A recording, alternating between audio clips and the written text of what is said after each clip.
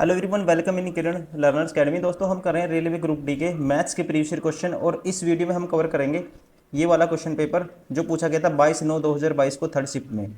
जितने भी क्वेश्चन आए थे मैथ्स के सारे इस वीडियो में कवर करेंगे। दोस्तों, पहला क्वेश्चन मैंने स्किप कर दिया क्योंकि वो थोड़ा सा विजिबल नहीं था। ठीक है, स्लाइड में इसको विजिबल नहीं था, इसलिए अभी स्टार्ट करें 2 से। क्वेश्चन नंबर 2 है, यदि 10 सेंटीमीटर त्रिज्या के एक ठोस गोले को पिघलाकर समान त्रिज्या की 8 गोलाकार गेंद बनाई जाती हैं तो ऐसी प्रत्येक गेंद का पृष्ठीय क्षेत्रफल कितना होगा। देखो, अब आप क्या करो, अब 8 गेंद बनाई जाती हैं दोस्तों, मतलब इसका वॉल्यूम किसके बराबर है। ठोस गोले को पिघलाकर, गोले का वॉल्यूम होता है 4/3 पाई आर की क्यूब, 4/3 पाई आर की क्यूब। और इससे छोटी गेंद बनाई जाती है कितनी, 4/3 पाई आर। आर इसकी मान लो ये R1 का क्यूब वॉल्यूम, और ये 8 गेंद के बराबर है। इसका मतलब वॉल्यूम इक्वल करना पड़ेगा हमें, क्योंकि इसको पिघला के बनाएंगे तो इसका वॉल्यूम दिस का वॉल्यूम किसके बराबर होगा, दिस के बराबर होगा। तो यहाँ से 4/3 पाई आर की क्यूब, दोस्तों ये तो कैंसिल आउट हो जाएगा।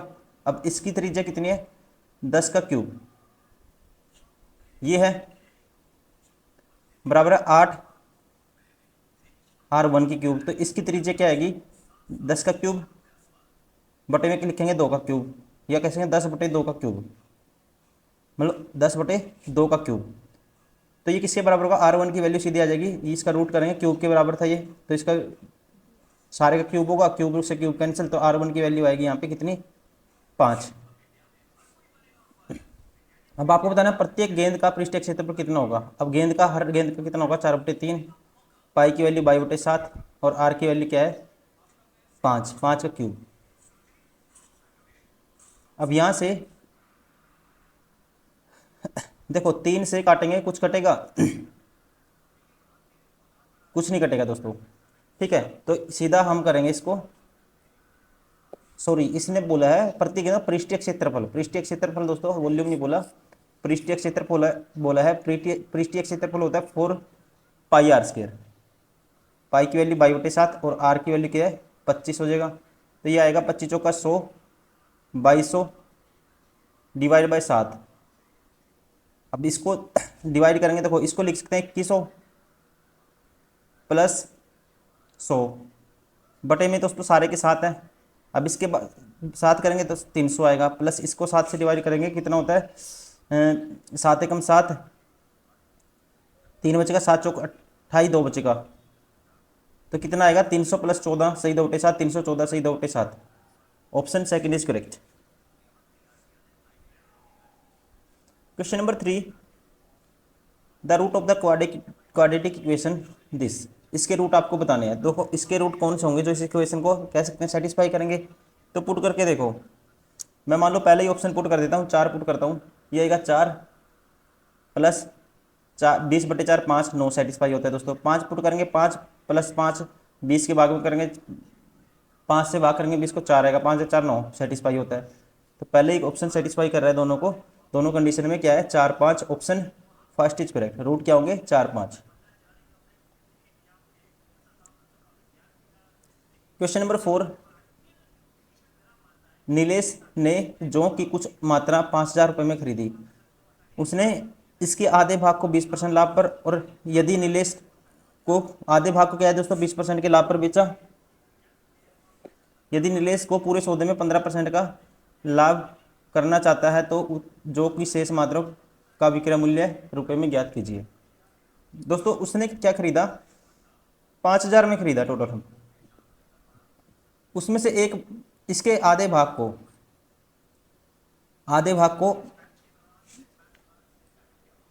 अब आधे भाग कितना होगा दोस्तों इसका 2,500, इस पे 20% प्रॉफिट, मतलब इसका 1/5 प्रॉफिट कमा लिया। ठीक है, 1/5 होती है 20% की फ्रैक्शन, 1/5 करोगे इसका 5 5 500 का प्रॉफिट कमा के यहाँ पे 3,000 रुपये में पहले पार्ट को बेच दिया इसने। बचा कितना, अब ओवरऑल उसको चाहिए प्रॉफिट 15% का लाभ कमाना चाहिए। अब 5,000 का 15% निकालेंगे हम, कितना आएगा दोस्तों, 15/100 करोगे, 15 पंजे 75, 750, मतलब 5,750 में ओवरऑल बेचना चाहता है।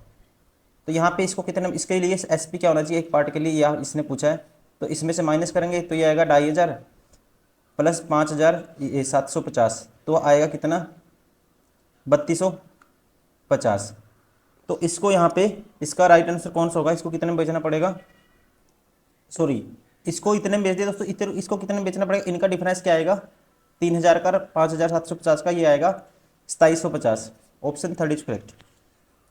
इनका डिफरेंस, मैं क्या सोच रहा था, इनका डिफरेंस इसको कितना आएगा, मैं सोच रहा था इनका डिफरेंस कितना होगा, 3000 का 3250 नहीं होगा, कितना होगा 5750 में से माइनस करोगे 3000, 2750 आएगा।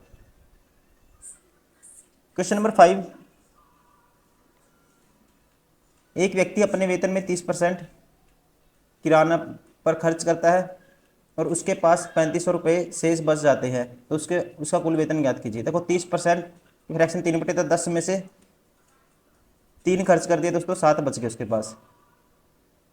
अब 7 यूनिट की वैल्यू कहता है कितनी है 3500, तो 1 यूनिट की वैल्यू कितनी आएगी 7 पंजे 35, 500। तो स्टार्टिंग में पैसे कितने थे, इसका 500 गुना कर देंगे, कितने थे 5000। Option first is correct.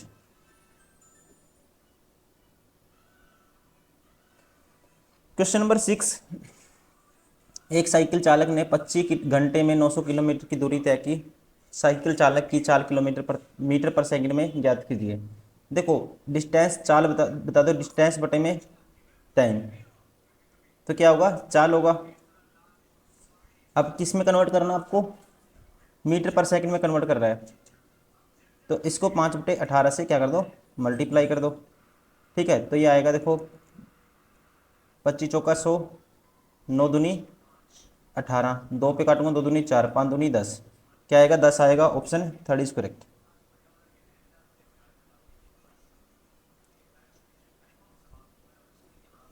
Question number 7, यदि अल्फा एंड बीटा आर समीकरण x² + 5x + 6 = 0 के मूल हैं, इसके रूट हैं, तो आपको बताना है अल्फा बीटा माइनस के अल्फा प्लस बीटा। देखो इसकी वैल्यू निकालनी है, इसको सोल्व करेंगे, क्या आएगा ये आएगा अल्फा बीटा माइनस है अल्फा बीटा, एलसीएम आएगा दोनों का, ठीक है। ये आएगा अल्फा प्लस बीटा, ये आपको निकालना है।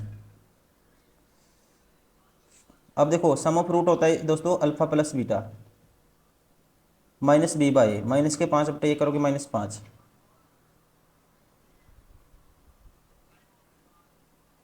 Product of root alpha beta, product of root होता है दोस्तों c/a, ये है 6। अब पुट कर दो यहाँ पे, तो alpha beta 6 minus alpha plus beta -5, alpha beta 6, तो ये कितना आएगा हमारे पास 6 माइनस माइनस प्लस हो जाएगा 5/6, 6 छिक छिक 36 और 5 41/6, क्या आएगा 41/6। Option third is correct.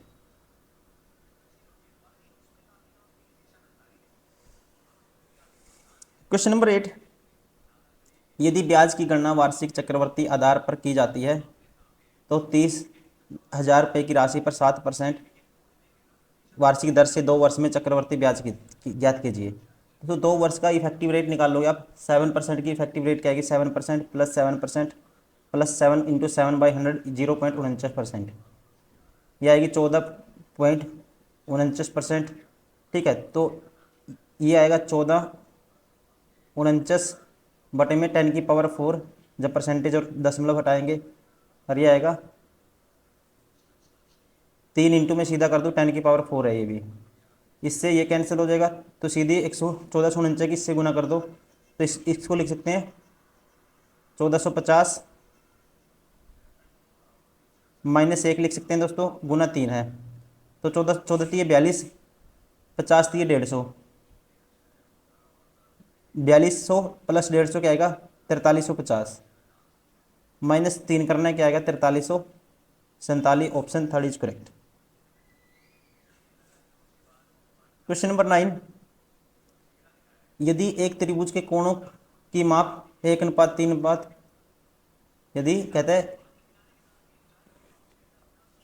ये कहता है सॉरी क्वाड्रिलेटरल, यदि क्वाड्रिलेटरल के जो कोण है 1:3:1:3, then the quadrilateral A is, दोस्तों यहाँ पे कह सकते हो ये एंगल ए बराबर है, देखो ये एंगल ए है मान लो,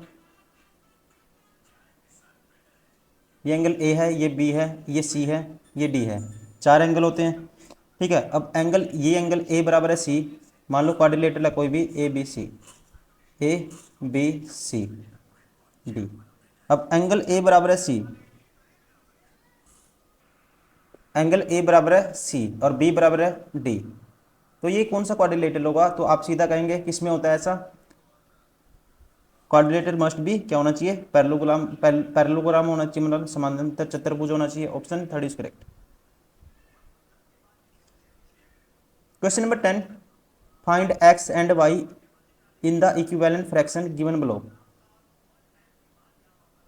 एक्स और वाई की वैल्यू हमें फाइंड आउट करनी है। देखो एक्स बटे में 9 बराबर है 105 बटे 63, इक्की दिए 63, इक्की पंजा 105, 3 तिया 9, एक्स की क्रॉस मल्टीप्लाई करेंगे, एक्स बराबर आएगा 15। वाई बराबर देखो 5 बटे वाई बराबर है, ये इक्की पंजा 105, इक्की तिया 63, 5 से 5 कैंसिल दोस्तों, वाई क्रॉस मल्टीप्लाई करेंगे, वाई बराबर है 3, एक्स बराबर है 15, वाई बराबर है 3। कौन सा ऑप्शन है? Option 4 is correct.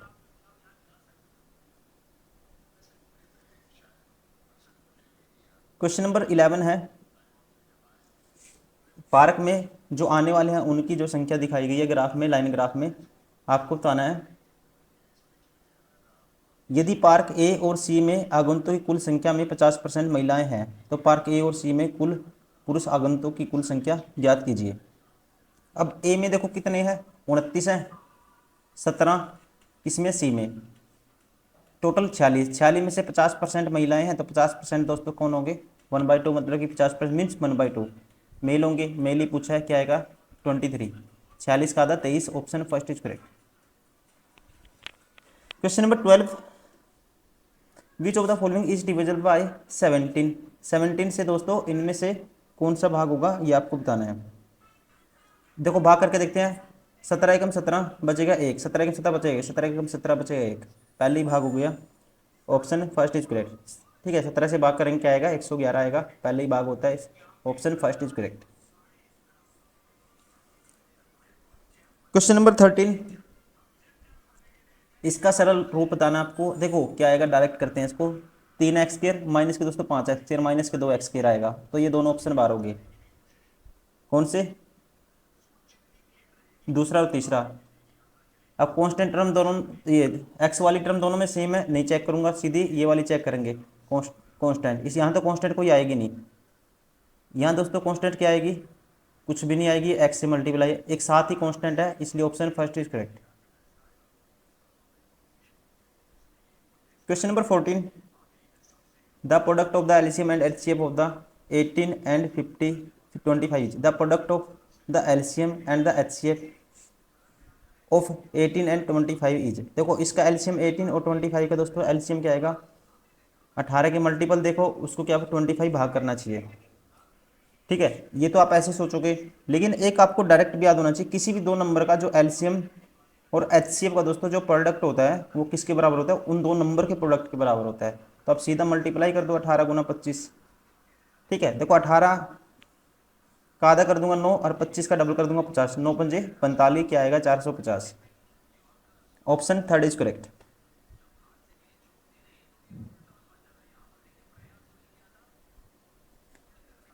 Question number 15, देखो इसको पुट, इसमें दोस्तों पुट करो, आप वैल्यू पुट करो सीधा डायरेक्ट।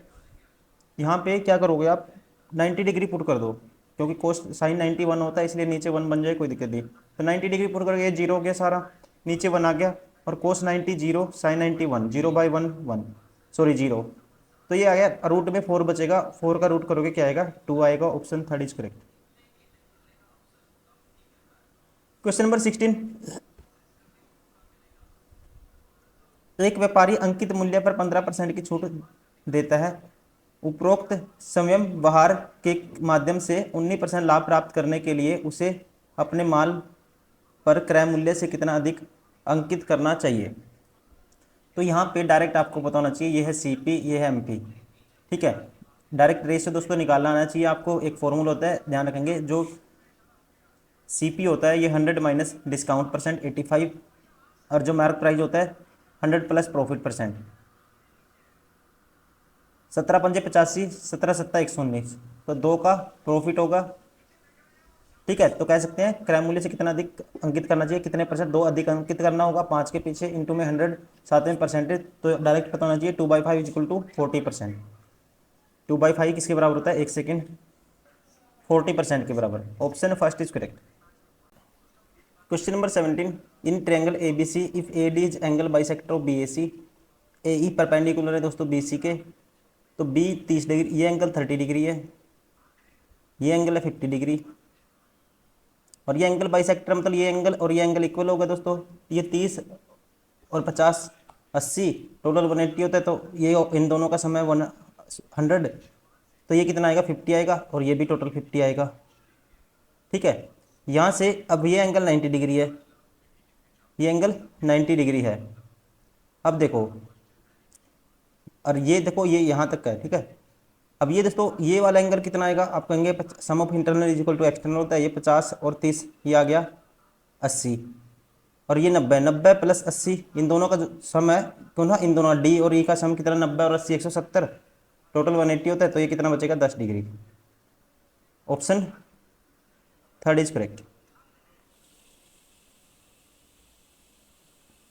क्वेश्चन नंबर 18, एक टैंक में 30 पाइप जुड़े हुए हैं, ये जोड़े गए हैं, इनमें से कुछ भरने वाले पाइप हैं और कुछ शेष खाली करने वाले पाइप हैं। प्रत्येक भरने वाला पाइप 24 घंटे में पूर्णतः भर सकता है, भरने वाला भर सकता है जी 24 घंटे में,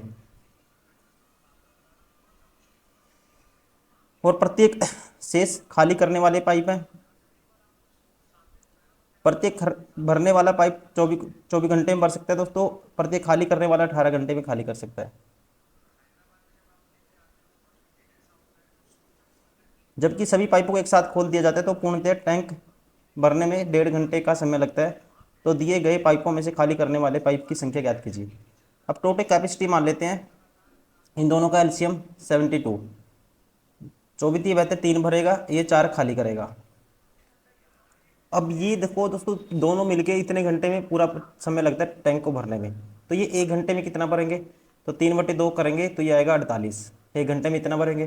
तो यहाँ पे देखो 1 घंटे में एक्स काम करता है, मतलब भरने वाले पाइप एक्स हैं, खाली करने वाले कितने हो गए फिर 30 माइनस एक्स, टोटल है कितने हैं तो 30, तो ये 1 घंटे में 3x काम करेंगे। 1 घंटे में कितना, एक पाइप 3 भरता है तो एक्स कितना भरेंगे 3x, वैसे ही 1 घंटे में ये 4 खाली करता है तो सारे 30 माइनस एक्स कितना करेंगे, इंटू में कर देंगे 30 माइनस एक्स, और टोटल ओवरऑल काम कितना हुआ 1 घंटे में 48।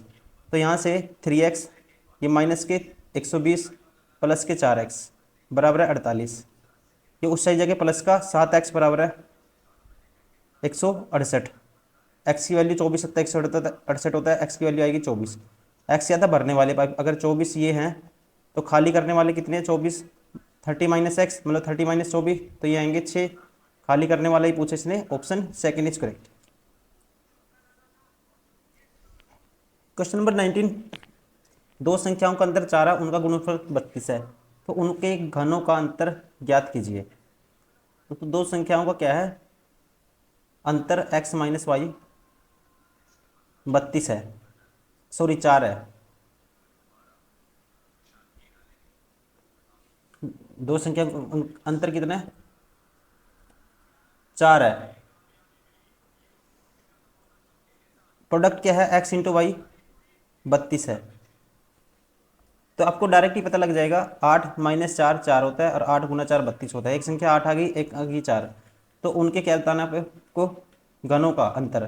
तो 8 का क्यूब दोस्तों 512 होता है, और 4 का क्यूब कितना होता है 64 होता है, 12 माइनस 4 8, 11 में से सॉरी 10 में से 6 गए 4, कितना आएगा 448, option 4 is correct. Question number 20, यदि एक बेलन की त्रिज्या ऊंचाई क्रमशः 7 सेंटीमीटर और 15 सेंटीमीटर है, बेलन की त्रिज्या और ऊंचाई दोस्तों 7 और 15, तो बेलन का आयतन ज्ञात कीजिए।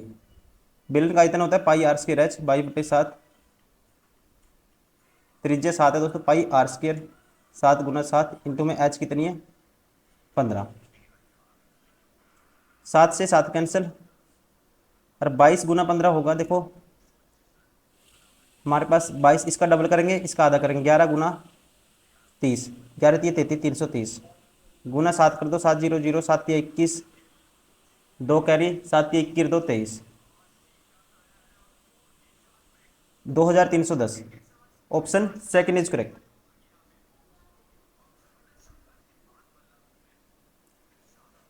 क्वेश्चन नंबर 21, निम्न आंकड़ों का बहुलक ज्ञात कीजिए। दोस्तों बहुलक वही होता है जिसकी बारंबारता ज़्यादा बार हो, जो फ्रिक्वेंसी ज़्यादा बार रिपीट हुई हो। तो देखते ही पता लगेगा, देखो 2 1 2, ठीक है, यहाँ पे भी 2 है, यहाँ पे 2 है, 4 बार ही आया 2, इसलिए क्या होगा मोड बहुलक, ऑप्शन फर्स्ट 2। क्वेश्चन नंबर 22, ए के पास एक निश्चित धनराशि है, बी के पास भी कुछ धनराशि है। ए बी को 130 रुपये देता है, बी राशि ए के पास बची हुई शेष राशि का 1.5 गुना के बराबर हो जाएगी। दोस्तों देखो, ये है मान लो ए, ये है बी, ए के पास x रुपये हैं, बी के पास y है। अब ए ने 130 रुपये दे दिए, तो ए के पास कितने हो गए दोस्तों, x माइनस 130 हो गए, और बी के पास कितने हो गए, y प्लस 130 हो गए। ऐसा हो गया। अब कहता है बी तो 100 रुपये देता है, तो बी के पास राशि, ए के पास बची राशि के 1.5 गुना के बराबर हो जाती है। तो बी के पास राशि, जो बी के पास राशि है दोस्तों, ठीक है, तो y प्लस 30 130, बी के पास जो राशि है ये कहते हैं ए के पास बची पास राशि का 1.5 गुना हो जाती है। तो ये किसके बराबर है, x माइनस 130 के 1.5 गुने के बराबर है, मतलब कि 3/2 के बराबर है इसके। इसके अलावा यदि बी ए को 70 रुपये देता है, यदि बी ए को 70 रुपये देता है, अभी बी ए को 70 रुपये देगा, तो ए की राशि बी के पास बची राशि की 2 गुनी के बराबर हो जाएगी। तो ए और बी के पास कुल कितनी राशि है, ठीक है। अब इस कंडीशन में क्या करना है आपको, यदि इसके अलावा बी ए को 70 रुपये देता है, अब बी ए को देगा 70 रुपये, तो ए के पास x प्लस कितनी हो जाएगी दोस्तों, 70 हो जाएगी। तो ए के पास राशि बी के पास बची राशि का 2 गुना हो जाती है। तो बी के पास कितनी बची, y माइनस 70 बची, इसका 2 गुना हो जाती है ये। अब आपको x और y की वैल्यू निकालनी है, ठीक है। तो देखो 2 से मल्टीप्लाई कर दो, क्रॉस 2y प्लस 260 बराबर होगा 3x माइनस 13 39 390। यहाँ से आपके पास क्या आएगा दोस्तों, 3x, इस साइड लेके जाओ उसको, 3x ये आएगा 3x माइनस 2y बराबर आएगा, ये माइनस आ गया 2y और ये प्लस हो जाएगा उस साइड जाके, और 39 प्लस 26 कितना होगा, 65 650। यहाँ से क्या है हमारे पास, ये आएगा 2y माइनस 140। अब देखो x माइनस 2y किसके बराबर आएगा, x माइनस 2y बराबर आएगा, ये 70 माइनस होगा उस साइड जाके 210 के बराबर, माइनस के 210 के बराबर, ठीक है। अब हम क्या करते हैं, दोनों इस पहली में से दूसरी माइनस कर दो, पहली में से दूसरी, ये दूसरी है दोस्तों, ये इक्वेशन पहली है, इसमें से माइनस करेंगे तो बचा क्या, 2x और y से y माइनस माइनस प्लस हो जाएगा, कैंसिल हो जाएगा, और ये है 210 माइनस करोगे 650, माइनस माइनस प्लस हो जाएगा, ठीक है। 210 प्लस 650, 650 में 200 जोड़ेंगे तो 850 860। x की वैल्यू यहाँ पे क्या आएगी, 2 पे काटूंगा 430, x बराबर है 430 आया, तो y बराबर क्या आएगा दोस्तों, x बराबर है 430, तो ये उस साइड ले जाओ और ये इस साइड ले आओ, ठीक है। तो 2y उससे लेके जाऊँगा, 2y आएगा, और ये x प्लस 210 430 प्लस 210, 430 प्लस 200 या 400 प्लस 200 430 200 630 640 640, मतलब कि 64 का आधा 32 320, y की वैल्यू आएगी 320। ए और बी के पास कुल कितनी धनराशि है, तो आपको 430 प्लस 320, तो ये आएगा दोस्तों 750 रुपये, ऑप्शन सेकंड इज करेक्ट।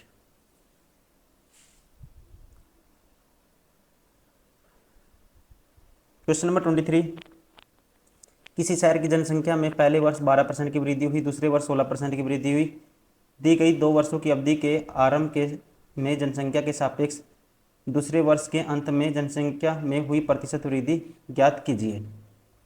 मतलब ओवरऑल इंक्रीज बताना आपको, सीधा इफेक्टिव रेट निकाल दो, 16% प्लस 12% दोस्तों क्या आएगा, 16 गुना 12 192 sorry, divide by 100 7%, total overall इतनी वृद्धि होगी, 16 12 28 प्लस 1.92 29.92 आएगा, option second is correct. Question number 24, 9 वर्ष पूर्व पी की आयु क्यू की आयु की दोगुनी थी। 9 वर्ष पूर्व दोस्तों पी की है आयु, ये है क्यू की। पी की आयु क्यू की दोगुनी थी, इसकी 1 यूनिट थी, इसकी 2 है। यदि उनकी वर्तमान आयु का अनुपात 5:4 है तो उनकी वर्तमान आयु का योग कितना है। देखो अब यहाँ से कितना का माइनस हुआ, 3 का, यहाँ भी 3 का, तो यहाँ पे दोस्तों 3 यूनिट की वैल्यू किसके बराबर है, इसका मतलब 9 वर्ष के बराबर है। तो 1 यूनिट की वैल्यू 3 वर्ष। वर्तमान आयु क्या है उनकी, 5 और 4 9 यूनिट, 9 यूनिट का योग 9 × 3 = 27 वर्ष आएगा। Option second is correct.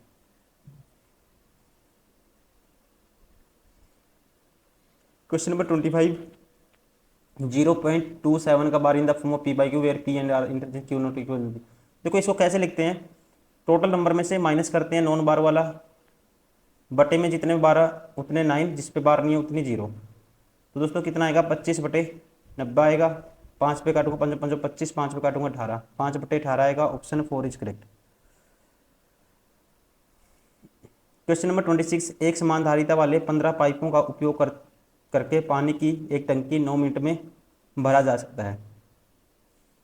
ठीक है जी, 9 मिनट में कितना काम कर देते हैं दोस्तों, इतना काम कर देते हैं। उपरोक्त समान धारिता वाले 20 पाइपों का उपयोग करके, समान धारिता वाले 20 पाइपों का उपयोग करके उस टंकी की कितने मिनट में भरा जाएगा। मान लो x मिनट में भरा जाएगा, तो 5 × 15, 5 × 20, 9 × 27/4, 27/4 क्या आएगा दोस्तों, 13.5 का फिर हाफ करोगे 6.75। Option first is correct. Question number 27, आपको बताना है the value of root X. Root X की वैल्यू बतानी है, रूट एक्स की वैल्यू आपको बतानी है। तो यहाँ से दोस्तों देखो 1125 है, ये है 405 है, सभी सारे का रूट है, तो आप लिख सकते हो इसको रूट में 1125 × 405 इकट्ठा रूट कर सकते हो। और 729 इसका रूट करोगे, 729 का दोस्तों ये किसका होता है, ये होता है, ये 729 भी रूट के अंदर ही लिख सकते हो, आप ऐसे लिख सकते हो, या सीधा इसको 27 लिख सकते हो। ठीक है, ऐसे कर सकते हो, ये आएगा 27। लेकिन आप ऐसा करो, इसको कैंसिल आउट करने के इसको अंदर लेके जाओ। अगर मैं 27 से कैंसिल आउट करता हूँ, 27 से कम 27, 27 चौका 27 81, 27 चौका 108, बचेगा कितना दोस्तों 4, तो ये कैंसिल आउट नहीं होगा। इसको करता हूँ 27 से कम 13, देखो ये हो जाएगा 27 पे, 27 से कम 27 बचेगा 13, 27 पंजा 27 चौका 100, 27 पंजा 135, 15 आएगा। ठीक है, अब इसको 15 तो ये हो गया, इसको कर दो गुना किसी ऐसे नंबर से कि ये बन जाए किसी का ऐसी। अगर मैं इसको करता हूँ गुना 1125 × 15, देखो ये तो हमारे पास कितना आ गया 15। अब अगर मैं देखो ये है 15 × 1125 और ये 729 है दोस्तों, 27 का स्क्वायर होता है 729, एक 27 बच गया, 3 × 27, 3 × 5 = 15। अब 9 × 9 बचेगा 2, 9 दूनी 18, 9 × 5 = 45, 125 × 5 करोगे 625, 625 का रूट करोगे क्या आता है 25 आता है। ठीक है, तो आपको बताना है एक्स की वैल्यू तो आई कितनी 25, तो रूट एक्स बताना है, तो 25 का रूट फिर कर दोगे क्या आएगा 5 आएगा। Option third is correct. दोस्तों ये सारे के सारे वो क्वेश्चन थे जो रेलवे ग्रुप डी के एग्जाम में पूछे गए थे, और ये पूछे गए थे 28/9/2022 को थर्ड शिफ्ट में। मैथ्स के जितने भी क्वेश्चन थे इस शिफ्ट में आए थे, सारे के सारे हमने इस वीडियो में कवर किए हैं। Thank you for watching this video.